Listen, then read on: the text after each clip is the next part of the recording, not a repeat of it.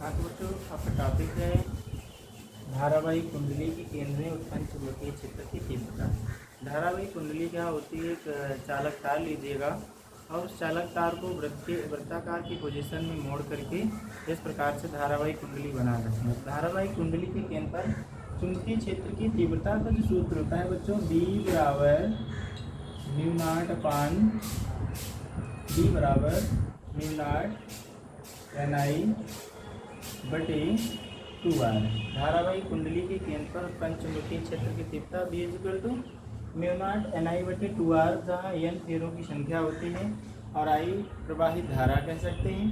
तो इस तरीके से चुंबकीय क्षेत्र की तीव्रता का सूत्र ज्ञात करने के लिए क्या करेंगे, एक चालक तार लेंगे और उस चालक तार को इस तरीके से मोड़ेंगे, अनियमित इस तरीके से मोड़ देंगे कि कुंडली नुमा प्रतीत हो। और एक एल लंबाई का चालक तार लिया और उस एल लंबाई के चालक तार में धारा का प्रवाह करेंगे। जब धारा का प्रवाह करते हैं तो बच्चों, चालक में जब धारा का प्रवाह होता है तो चुंबकीय क्षेत्र और वैद्युत क्षेत्र वैसे दोनों कार्य करते हैं, बट हमें यहाँ क्या फाइंड करना है, चुंबकीय क्षेत्र ज्ञात करना है। तो बच्चों, चुंबकीय क्षेत्र ज्ञात करने के लिए इस कुंडली के अल्पांश छोटे छोटे भाग कर लेंगे, अल्पांश छोटे छोटे से भाग कर लेंगे। और ये भाग, जैसे मैंने प्रथम भाग ये कितना माना, इस भाग को अपने डेल्टा L1 मान सकते हैं, इस भाग को डेल्टा L2 मान लिया और इस भाग को डेल्टा L3 मान लेंगे। और ये त्रिज्या कितनी है, स्मॉल r, जो कुंडली की जो रेडियस है त्रिज्या है वो कितनी, स्मॉल r है। और केंद्र क्या मान लेंगे, O मान लेंगे। और इसमें धारा का प्रवाह करते हैं। तो बच्चों, चुंबकीय क्षेत्र केंद्र पर ज्ञात करेंगे तो समझिएगा, इसका दूरी क्या बन जाएगा, एक एल लंबाई का चालक तार लेंगे और चालक तार को मोड़कर उसमें धारा का प्रवाह करते हैं तो केंद्र पर क्या उत्पन्न होता है, चुंबकीय क्षेत्र होता है, ज्ञात करना है। चुंबकीय क्षेत्र ज्ञात करने के लिए इस कुंडली के अल्पांश छोटे छोटे भाग कर लेते हैं। इसलिए इस प्रकार से लगभग अनंत भाग कर लेंगे, एक से अधिक भाग अनंत तक हम भाग कर लेंगे और अनंत तक भाग करने के बाद उस भाग में चुंबकीय क्षेत्र ज्ञात करेंगे। इस तरीके से हम बच्चों प्रथम भाग में बात करेंगे। प्रथम भाग में चुंबकीय क्षेत्र, प्रथम भाग में चुंबकीय क्षेत्र, प्रथम भाग में जब चुंबकीय क्षेत्र ज्ञात करेंगे तो यहाँ सूत्र लगाएंगे। जो नियम लगेगा वो लगेगा बायो सेवर्ट के नियम से, बायो सेवर्ट के नियम से। बायो सेवर्ट का जो नियम होता है बच्चों, delta B equal to mu naught upon 4 pi I delta L sine theta बटे आर स्क्वायर। जब हम बात कर रहे हैं प्रथम भाग में, जो प्रथम भाग है उसकी लंबाई कितनी, डेल्टा L1, तो चुंबकीय क्षेत्र भी प्रथम भाग में कितना होगा, डेल्टा V1 बराबर mu naught upon 4 pi into में आई और भाग कितना है, डेल्टा L1। और आप देख सकते हैं प्रत्येक भाग में जो थीटा बनेगा पृष्ठ के साथ, थीटा का मान कितना बनेगा, 90 अंश, तो कितना हो जाएगा, साइन 90 और बटे में क्या है, आर स्क्वायर। तो बच्चों, डेल्टा V1 बराबर mu naught upon 4 pi I delta L1 sign 90 का मान 1 बटे में कितना आ जाएगा, आर स्क्वायर। डेल्टा V1 बराबर म्यू नॉट बटे 4 पाई आई डेल्टा L1 बटे आर स्क्वायर। इस प्रकार से आपने प्रथम भाग में चुंबकीय क्षेत्र ज्ञात कर लिया, प्रथम भाग में ये ज्ञात हो गया।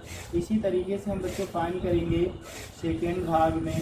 सेकेंड भाग में आ जाएगा डेल्टा V2 बराबर mu naught upon 4 pi I delta L2 बटे आर स्क्वायर।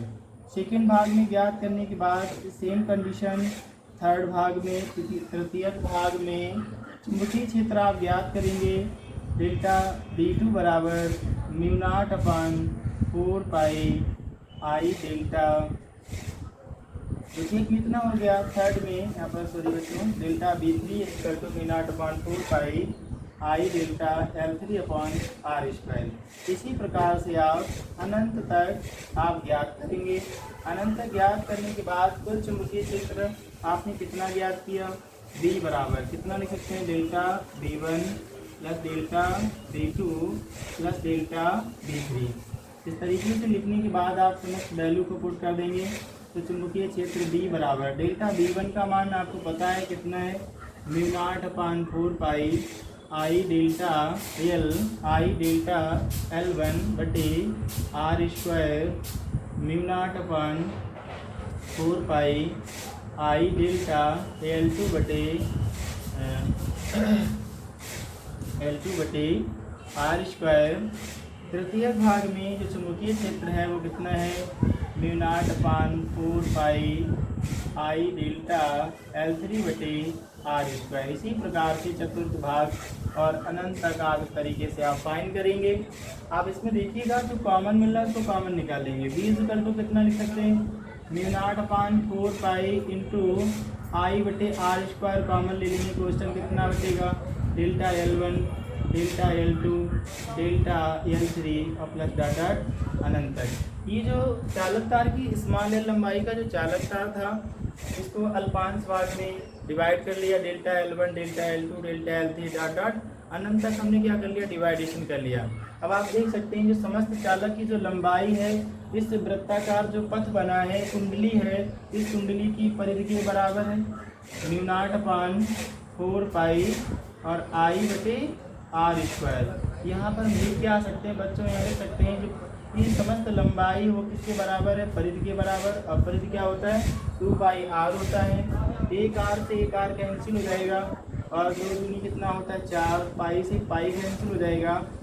आंसर आ जाएगा B equal to mu not upon 2 और इंटू में आई बटे R। क्या सूत्र आ जाएगा, धारावाही कुंडली के केंद्र पर उत्पन्न चुंबकीय क्षेत्र की तीव्रता D बराबर म्यू नॉट अपान 2 इंटू आई बटे R। यदि इसमें हम क्या करें बच्चों, ये कुंडली जो दी गई इसमें फेरों की संख्या यदि n है तो चुंबकीय क्षेत्र फेरों की संख्या कितनी है, फेरों की संख्या बराबर कितना लिख सकते हैं, फेरों की संख्या n है।